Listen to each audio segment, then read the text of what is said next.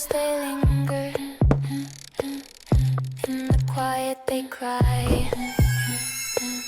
Amy and Adam with a question. Why? Oh, why? Hearts wide open, mind so clear. Kindred spirits calling through the night. Empathy and logic guiding lost light. Kindred spirits setting wrongs to right.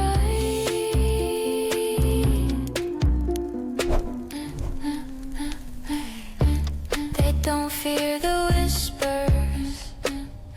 They don't run from the cold.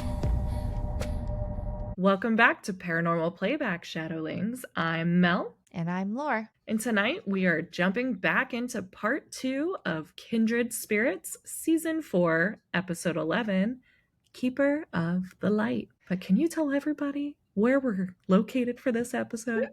And did you know that we are in Newport, Rhode Island? Not sure if everybody knew this, but we are in Newport, Rhode Island, y'all.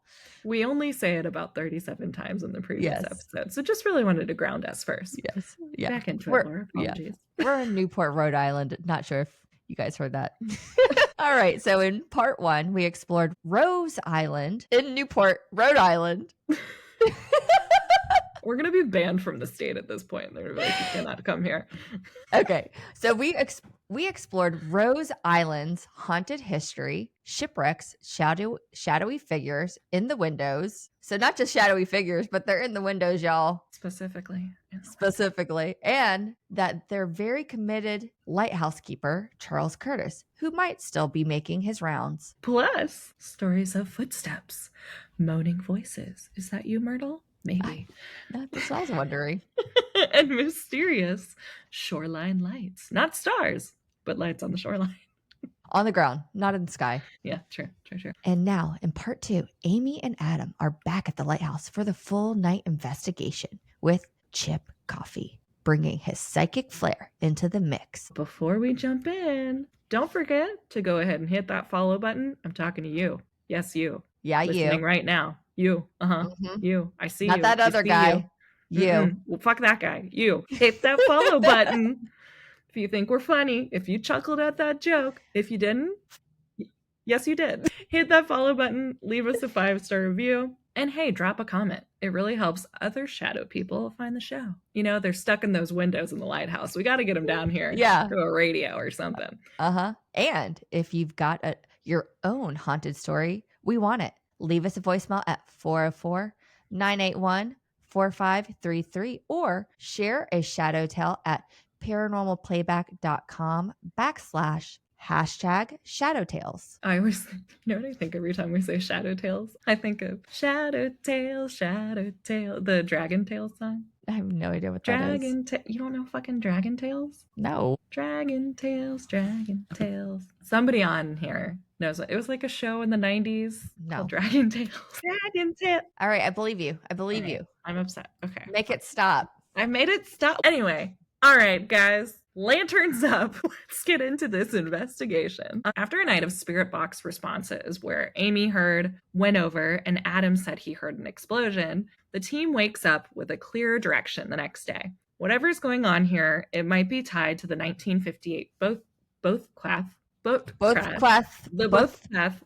of Rose Island. The boat crash off Rose Island. So they decide to spend the day doing some actual research, which we love here. We love books. I love books. Lauren is allergic to them. Yeah. That and Zaxby's. No, I'm kidding. Yeah. Oh, yeah. Poor Lauren's had food poisoning. So they head to the Newport Historical Society, which is basically just a quiet building full of old papers and 0 ghosts. So that's sad. Despite the vibe. It's so boring the ghosts don't want to go there. The spirits are also allergic to books. They're hoping to dig up more on the Rose Island Lighthouse and maybe confirm what really happened with the tanker crash. And you were right about the name, Lauren. It was like Gulf oil. Gulf oil. Yeah. What did I say it was called? Guilford. Guilford? This is just making me less confident in my EVP skills now. Yeah. Right, you win this round, lady. Next time. You guys hear that? Just this one. I get a point. That one EVP still said Emily. Okay. It was Emily. Okay. So first, they pull up the full list of caretakers who lived at the lighthouse, dating all the way back to 1869. It's a long line of people who chose to live alone on a tiny island with no heat and unpredictable foghorns. It would be the foghorns for me. Not the easiest job, and maybe not the kind you retire peacefully from, because nothing says peace quite like a foghorn. Yeah. But then they get into the tanker incident, which happened on August 7th, 1958. And about 30 people were injured, and they also find a list of people who died. I think it was about 15 people died, I was which going to say. I was very incorrect about when I said 600. Oh, I know. Yeah, because I saw the clipping when I looked back. It said 15 known to be dead. Yeah, I noticed. You that know what? time. When you said 600, though, I believed you. I think it sounded right. Yeah, it's not funny, but when I was listening back to the episode and when I said 600, I was trying to put that in perspective. I think something like 12 to 1500 people perished in the Twin Towers. And I'm like, and I said 600 and this boat crashed? Like, that can't be. The scale of those numbers feels very wrong. Like, after I'm like, there's no. How many people died in the Titanic? I feel like it was like 300. Don't believe anything I say. Between 1503 to 1507 or 1517, more than 1500 people died. And then the Twin Towers, 2600. Wow, that's crazy. It's horrible. Yeah. Okay. Yeah. So, but not 600 in this. 15, which still very sad. Yes. But at least it wasn't 600. So anyway, they found a list of these people who died in connection with the crash, which were, names they didn't have before. So they go back and listen to the spirit box session from the night before, and they kind of start putting the puzzle pieces together. We kind of flash back to hear like went over, explosion, boat, things like that. I did also note that Adam was here for the research this time, so he was helping out Amy. Yeah. He didn't go to the spa. No, he didn't go for to the day. I guess they were stuck on an island, but I think they went into Newport to do. They did. They went into Newport. For the research. The mainland, as they call it. The mainland, yes.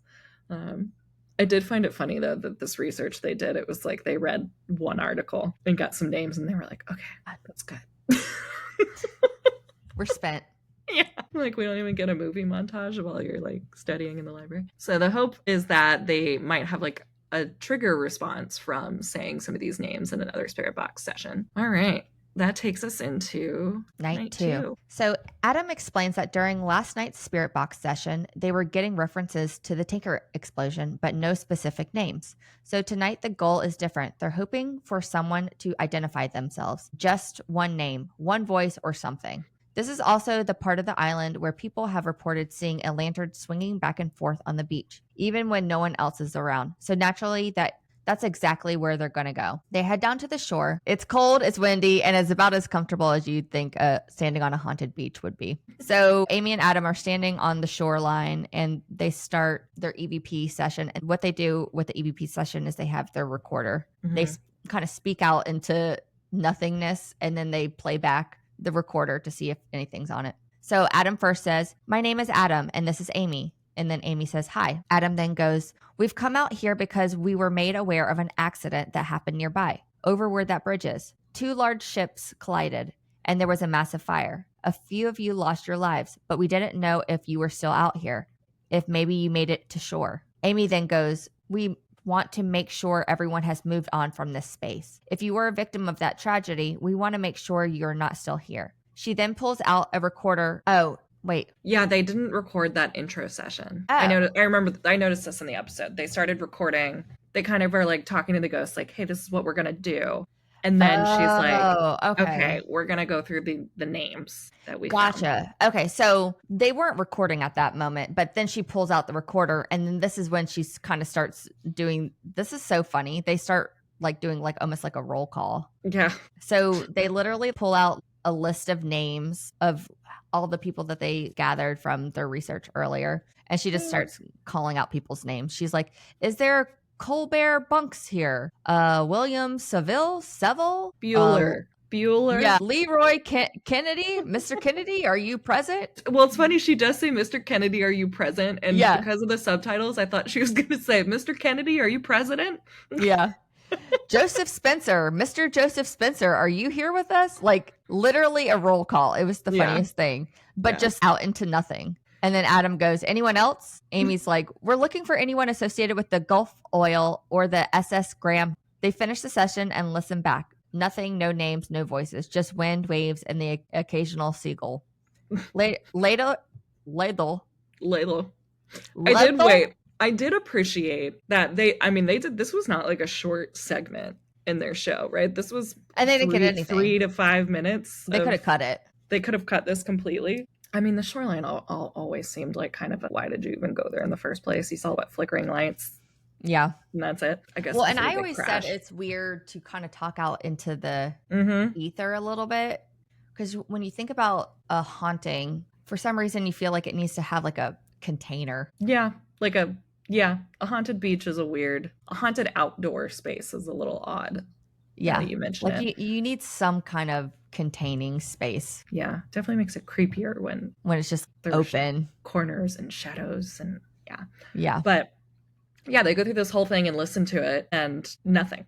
And they say that they're like, nothing. I'm like, thank you for showing that you got nothing. I know it's not that exciting, but in terms of, we've talked about this a lot, legitimacy, it feels more realistic. Yeah. So later they sit down and kind of talk through the night, how it was quiet, almost too quiet. They both start to wonder if what they've been picking up on, if anything, isn't actual intelligent spirit activity, but just residual energy, imprints, echoes, nothing that can talk back. And again, this is something that me and Char have kind of gone back and forth about. Is that a haunting? Mm-hmm. Is residual energy a haunting? Or does it have to be intelligent for it to be a haunting? For me, I think it needs to be intelligent for it to be considered a haunting. Like, I guess it doesn't feel as scary if it's just or what they've experienced here. To me, it doesn't feel quite as frightening. So Adam agrees. At this point, it's all starting to feel like emotional static. So they pivot. Time to bring in Chip Coffey. Chip Coffey. It's Chip Coffey. I feel like we need like a little, it's Chip Coffey. Yeah. It's Chip Coffey. So they want to bring in Chip Coffey, but they've got a problem. They can't exactly drop him on a lighthouse island and expect him not to notice that he's on a lighthouse island, because they like to... I didn't get that though. Like why they didn't want to just bring him there? Yeah. I mean, I get thinking maybe because they obviously had to fly him to Rhode Island. See, this got me thinking even more when they were like, we can't put him on the lighthouse island. He'd know he's on a lighthouse island. I'm like, well, if he's blindfolded, he would know he was on a boat. Right? He had to take a boat somewhere. But if you pair that with, obviously they had to fly to this place, I'm sure he knows he's in Rhode Island, right? Yeah. Or do they blindfold him for that? So it made me wonder, how much does he really know about where he's going? He's obviously staying in some sort of hotel somewhere, He must know the state he's in. Yeah. At least. And if you're in Rhode Island, this is one that I tried to poke holes in a little bit with the you Chip kind of Coffey know thing. if you're near the beach too. You smell the beach. You can feel the humidity in the air. Well, I don't know about Northeast. Oh, there's still humidity up there. There's probably some... You can hear seagulls too. Yeah, like he's gonna know he's on Rhode Island. I'm pretty sure. Or and they know. I feel like if they blindfold him on the flight, that's something that they would say they did. Yeah. Because people love to call out the extents they go through to keep something. Yeah, it would be nice to understand what that would specifically do with his reading. If he were to know he's already on an island, how that would affect his reading as opposed to him not knowing he's on an island. Yeah, and wouldn't his little ghosty people be like, you're on Rhode Island? Yeah. It seems he gets messages, you're going to be over water or something. Yeah. But anyway, we'll get into that more once we bring Chip in. No, but it is interesting. I do appreciate that they try to control what he knows as much as possible, so we can get a true reading from him, which is nice. Yeah, and they're they try not to give things away. So so they go over the fact that they can't just drop him on this island, but they also can't put him on a boat either, because he'll figure out he's on a boat. So that's just going to give too many clues away. So the plan is to meet him in a neutral space before the investigation and then bring him a couple of artifacts from the lighthouse and see if he picks up on anything without knowing where it's coming from. And if anyone's going to cut through that noise, Chip Coffey is. They meet Chip Coffey in the dining room of an undisclosed location, like Lauren said. It's not the island, it's not the lighthouse, it's just kind of this house, like an Airbnb or something. I love how they're like undisclosed location. I know. I'm like, is this the Airbnb he's staying in?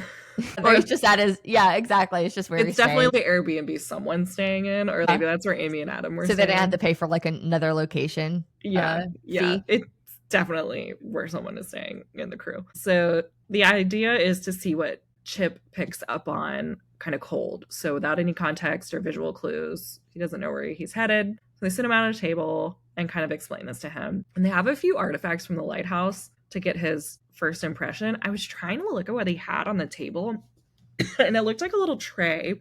Mm-hmm.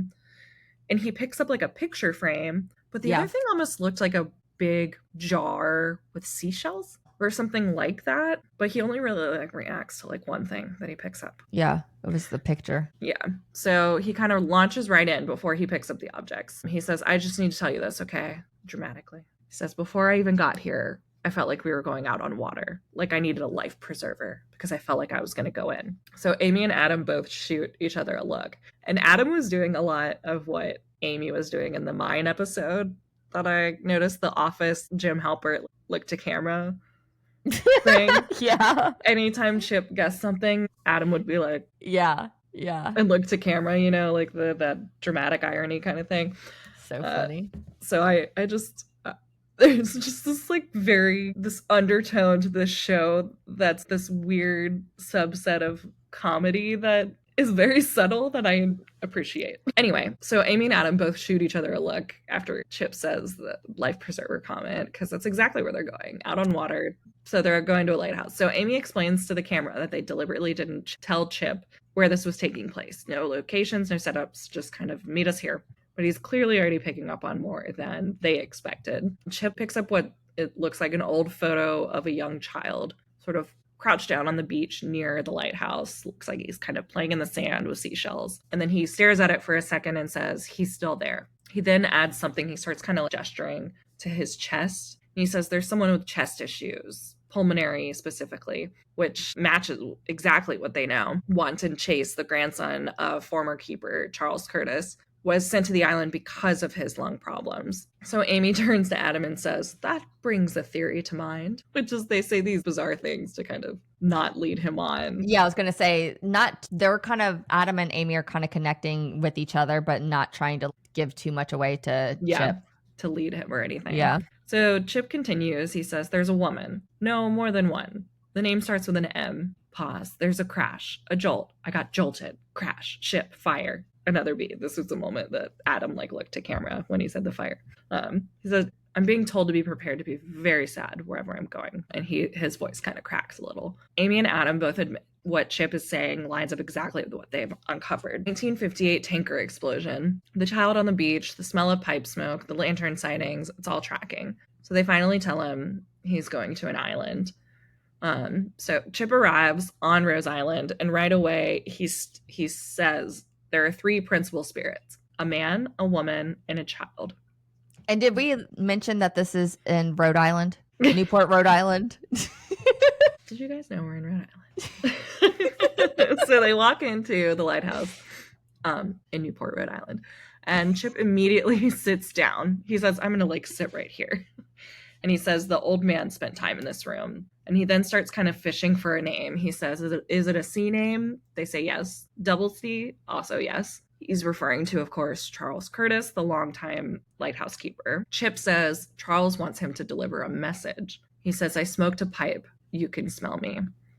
Which is particularly relevant because multiple people over the years have reported smelling pipe smoke in the lighthouse, especially in that room. So they move to another space, and Chip suddenly reacts. And I'm sorry. And he goes, hot spot, hot, hot, hot, hot, hot. And he says, there's a tapper here. And he mentions a face in the window.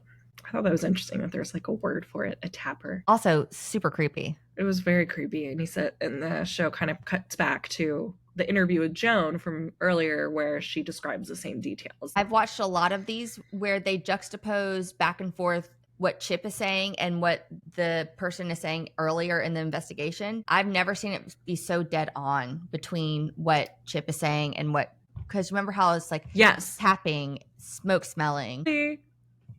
I was getting like little red flags with how spot on it was. I was like, this is too perfect, you know, like this feels too. Yeah. Not that I think it was fair. I was just like, no, but I've never seen it this dead on. Yeah. So that was like something that I noted. I'm like, wow. Because they did juxtapose like the back and forth between what Chip was saying and like what Joan was saying earlier in the everything show. Chip says is like very accurate. So Chip then says in the lighthouse tower with his face very close to the lighthouse light. Did you notice that? It's literally like Chip. Oh, I know. Like cheek to cheek with the lighthouse lens. And he's up there and he goes, was the double C man the keeper of the light? Is this like some colloquial thing that everybody knew that a lighthouse person was called the keeper of the light? It sounds very secret society-esque, like or like the guard of the whatever, like the changing of the changing of the keeper of the light. Like I mean, it's cool, it'd be cool. But he says this is the sea man, the keeper of the light, and Amy and Adam both say yes. Chip continues, he told me I've been up here in every kind of weather, snow, sleet, rain, wind. He took care of this place and he loved it. And then he says, I feel the fire, a boat, and a fire. And then Amy and Adam are just kind of like looking at each other in disbelief and shaking their heads. Like, well, and remember that Chip is at the top of the light and Amy and Adam are at the bottom. So Chip doesn't necessarily see what their reactions. Yeah. And like Amy's like almost like gasping, like with her hand over, like, I can't believe like he's this dead on, you know? Yeah. And Chip's like, you understand that? And they're both like, yes. Yep. Yep. They ask, where? And Chip says, I heard in my head. It's close enough to feel the flames. So they then go back down to the beach where Chip says, the kid is here again, skipping stones. There's fire again, but this time it's quieter. He notes there aren't a lot of people screaming, not now. But the event left a mark, a kind of energetic residue like Lauren's been talking about. He says it made enough of an impression on the space, but none of the souls are still here. So that's comforting. He's not picking up on anyone directly connected to the tanker, not like any clear spirit trying to communicate, just leftover energy, memories, and imprints of what might be left. So I feel like if Char were here, she would bring up stone tape theory. Yeah. For this. All right. Well, that brings us to night 3. So this is the third night of their investigation, and they're back inside the lighthouse. Amy and Adam finally tell Chip what's been clear to them since he walked in. He's been dead on with everything. The child, the man, the emotional tone, all of it matches what they've already uncovered. They're now thinking the childlike energy Chip picked up on isn't a child who died on the island. It's Wanton Chase, the grandson of Charles Curtis. So he didn't die as a child, but this was a place where he was happy. So maybe that's the version of himself he returns to here, which I thought was really interesting because we've had this discussion before of like when there's been child entities and we're like, okay, well, that person didn't die as a child. And this is the first time I'm hearing that people can return back to a time when they were happiest. Yeah, that was interesting for me too. Amy kind of notes they've seen people return back as in their child form because that was the happiest time in their life, which I mean, I feel like that would say a lot about the individual. It's both like nice and sad, you know, I guess. Yeah. But, you know, I think I've always thought about that in like films where they show like a spirit come back or something, you know, like or like in Star Wars, Obi-Wan comes back as old Obi-Wan, not young Obi-Wan. And but like Anakin Skywalker comes back as I mean, obviously that's all Hollywood because it's Hollywood. Yeah. And but most recently, what was I watching? Oh, I watched Coco with my son, and at the end, you know, Mama Coco, or guys, sorry, at the end, Mama Coco dies, and she returns with her family, but she's like old ass Mama Coco, and the rest of her family is young. So So I'm like, why is she old, but they're young? And I get it. So the kids recognize the character. But, it's just something that I think about, like, why these spirits come back at different times. So it's interesting to think that you have a choice in that.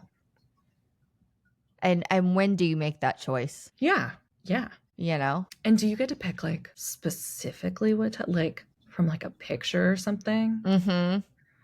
Like, if I could pick a time. Like, please don't make me go back when I had braces and glasses. Yeah. Like I want to be cute young, not awkward stage young. Yeah. Or like, what does my hair look like? Can I pick specifically like, oh, this photo of me from my rehearsal dinner, like I really liked my vibe in that. Like that'd be a cool look for me to just like be in. That'd be cool. Eternally. Yeah. Like, let's not pick a day where like I have a really shitty messy bun and like a pimple on my face, Yeah. Like, how does that work? Are you just presented with like a screen? No, don't like my outfit there. Oh gosh, I'm wearing one of those chokers from 2013. Like what? Hey, I like those chokers from 2013. I know the little. They're back now. I know they're just pantyhose. Mine was pantyhose. No, yours was. Well, I guess I had two, but the first one was pantyhose. You literally took some nylon stockings that were black, and you cut a little strip, and then you'd stretch it over your head. And then it was the little black choker thing. But then I did have one that had like a little charm on it. Oh, I had like that was like with a charm. A necklace. Well, you didn't wear the pantyhose necklace. You're trying to be like the big kids. Yeah, I guess so. No, this was 2013, Lauren. I was an adult lady. I was not a child.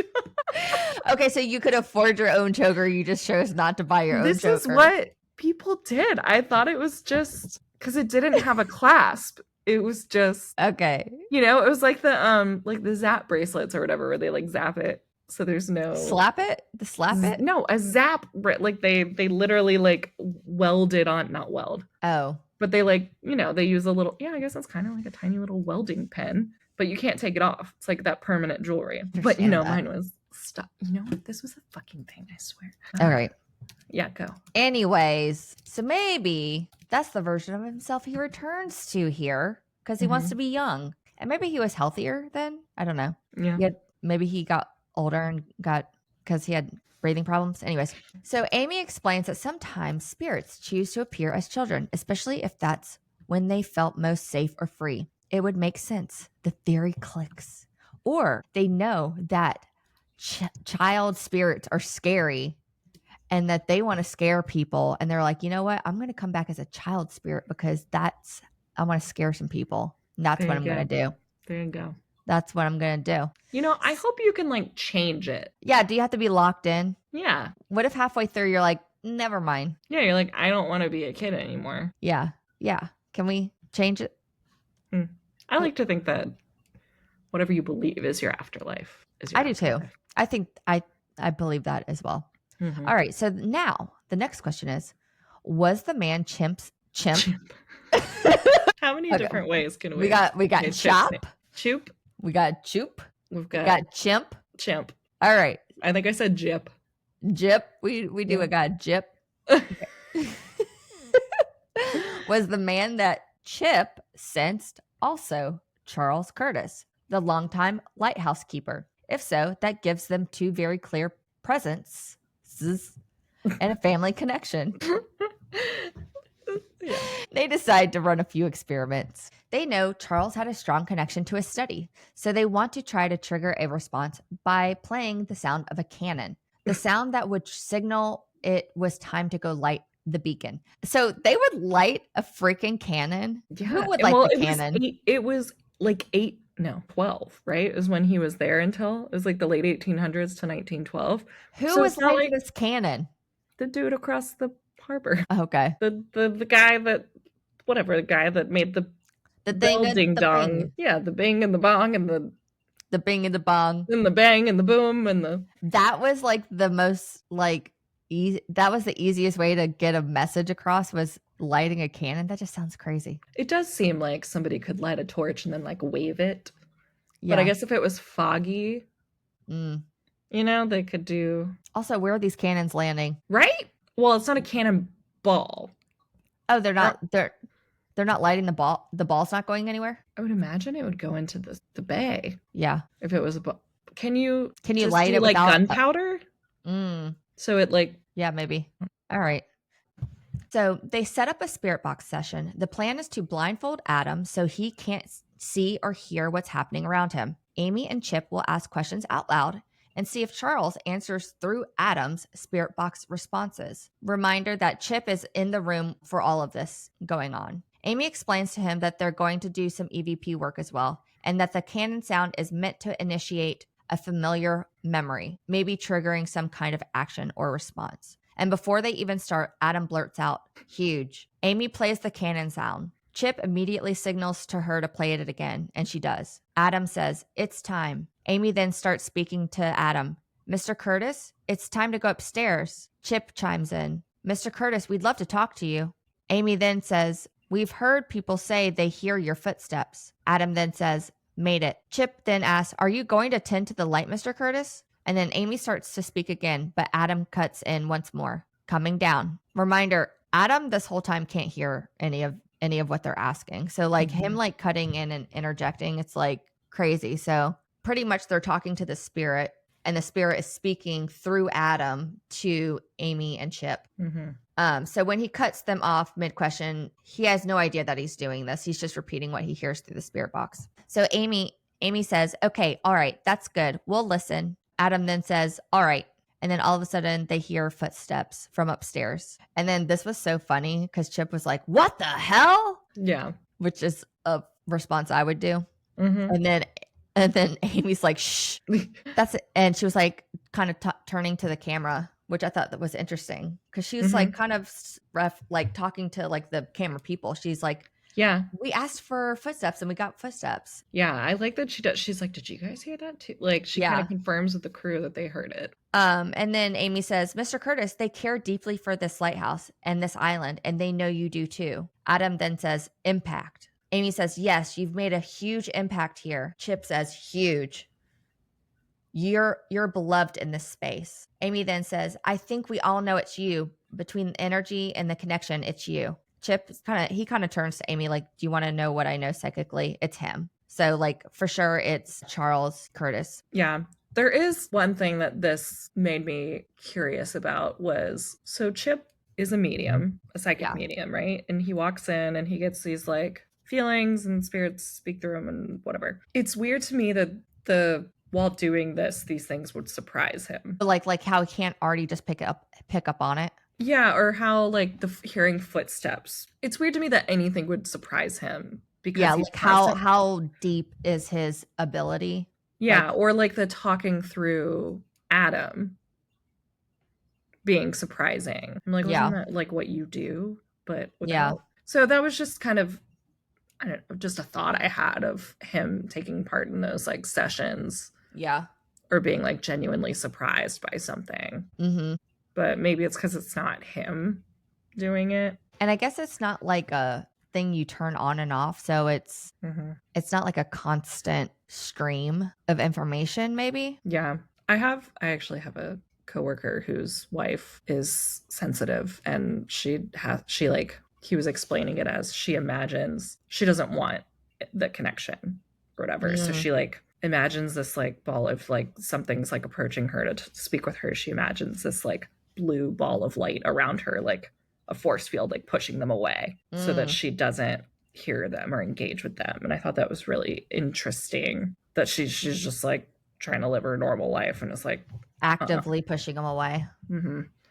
So that was and that's like what he said she visualizes all the time. I guess when like something's trying to like speak to her, she's like, that's crazy. I know, it was crazy to think about. So now that they've kind of confirmed that who they were talking to was Charles Curtis, they now turn their attention to Wanton Chase. Amy then says, "Wanton, we're just wondering, have you come back to this space? Are you back here with your grandfather?" They then hear a noise in the background. So Chip goes quiet for a second, then says what he hears in his head. "I'm back where I belong." He said he loved this place. So he's saying, "I'm back where I belong," is what Wanton Chase said. And as far as hauntings go, this one feels peaceful. Emotional, yes, but not tragic, not malicious. More like two souls who still feel connected to a place they cared for deeply. A good guy's haunting, he says. Mm-hmm. They pull Adam out of the spirit box session, and as they wrap up, the feeling lingers. In death, Charles Curtis is still the keeper of the light. I did think it was weird that they didn't take Chip down to the bunker. Not the bunker. Yeah. Barracks. The barracks. Barracks, yeah. Because that's where they had like the weird, like him being touched and the mother thing. And it just felt like it felt like a field. It felt like a separate entity. It felt like a separate thing. Yeah. But it's nice having a nice spirit. So yeah. A good guy's haunting. Yeah. That was nice. So that was the end of the investigation. So now we're kind of getting into the evidence. So back on the mainland, Amy and Adam sit down with Joan, the woman we interviewed, to go over everything they experienced. And Joan, again, is like a volunteer person at the Lighthouse Museum. And is she the one who's called them? Oh, yes. She's the one who called them. She's like the main contact that we've had. I don't think we've interviewed anybody else, actually. Mm-hmm. So this case was different for a lot of reasons, but mainly because this was the first time they've ever investigated a lighthouse where they were the only people on the island. No park rangers, no staff, no other boats, just them, Chip, and the crew. So they start walking Joan through the evidence. First, they tell her what they didn't find. Despite the island's past as a quarantine station, they didn't pick up on any spirits tied to that period, which is kind of shocking. Mm-hmm. No sick ward stuff, no residual panic or loss, nothing that felt connected to the quarantine history. Instead, the focus seemed to shift elsewhere. They explain how Chip picked up on the 1958 tanker accident, the crash, the fire, the sadness, but not the spirits of the victims themselves. No one is still stuck there. No intelligent hauntings tied to that explosion. Just kind of the emotional echo of the event. Which I thought was interesting too, that there was like no literally. I wonder if it was because it was so abrupt. And it didn't happen on the island. It was like in the bay. Yeah. So, and then there's this sort of child energy Chip described as a playful, light presence, and Amy and Adam believe that was wanton chase, not as he died, but as he lived, specifically during his happiest time on the island, when he stayed there as a child to help his grandfather, Charles Curtis. Joan was kind of like tearing up during all of this. So they explained to her that sometimes people return as the version of themselves that felt most free, most loved. And for wanton, that would have been here, skipping stones on the beach, surrounded by sea air and structure. They then move on to the older man, the one with the double C initials. You know, based on the location, behavior, and everything Chip picked up on, they're confident that this was Charles Curtis, the long-serving lighthouse keeper. And his wife, who also had the same initials. They mentioned that as well, that she was likely the presence. They did address mother. They thought she could have been the motherly presence there. So the message across the board was there's no reason to be afraid. Amy and Adam both agree that this isn't a haunting rooted in pain or trauma, not sort of in the traditional sense. There's no warning energy, no anger, just kind of two spirits who seem to be revisiting a place that they loved, holding space. Holding space, like, I just want to hold your fingernail. Do you know what I'm referencing? No. God damn it, Lauren. There was like a whole, this time last year when Wicked came out, there's like an interview where Ariana Grande is holding the fingernail of yeah. I can't believe I'm blanking on it. But yeah, she's holding her fingernail in the interview while this woman is talking about like, how do you hold space for people holding space for gravity? And she's like, I had no idea what that meant, but it was impactful. So anyway, I'm holding your fingernail. So as Chip put it, this is a good guy's haunting. And honestly, that might be rarer than anything else. And we kind of love that. We do. And with that, we go into haunting or hoax. So, I mean, for me, it kind of felt like neither. I did have a lot of questions about Chip Coffey. They're not necessarily like hoax centric. I just have questions about what measures they take behind the scenes to keep things kind of under wraps, if you will. Like, I'd just like to know, how much does he know? Just out of also the whole like wanton chase and Curtis chase living out these times, is that also replaying? Like, is that also like a stone tape theory type of thing? An echo. Like an echo?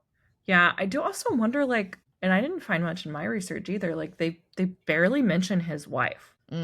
Like, that kind of felt like a little throwaway tie-in where they were like, what does mother mean? And they're like, oh, well, his wife also had the initial CC. I'm like, I felt a little lazy, but why wouldn't she be there with her significant other? Like, why would they be without her? And then I do feel like the barracks were kind of left unanswered. Like, who was tapping on Adam's headphones? And I mean, yeah. I don't know. Like, if it's a haunting, it's a light haunting. But I definitely think there's like a lot of residual energy still there.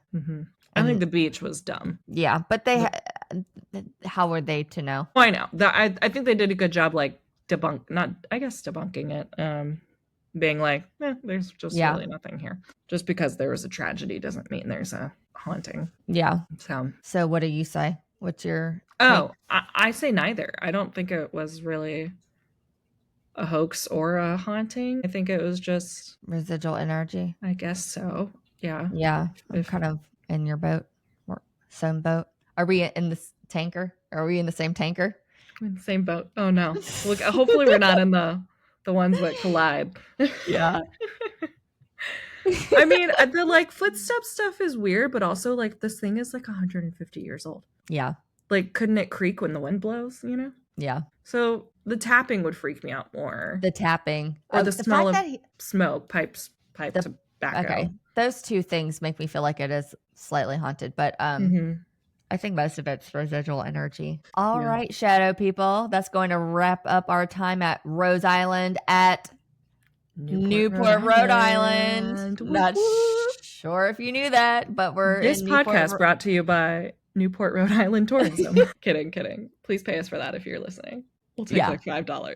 But we got EVPs, we got shadows, Chip Coffey, Sass, and one lighthouse keeper who still might be clocking in. Honestly, if Charles Curtis is still wandering around, somebody needs to get him a new lantern. Or at least a better bedtime drink than warm milk. Don't forget to follow the show, leave us a 5-star review, and drop a comment. It helps the Shadowverse grow. Remember, we're talking to you. Yeah, you. Yeah, you. Right there, listening in your car, on your morning run. On your evening run. And that person behind you. Yeah, that person too. Share it with them. That's following you. Yeah. Could it be a shadow?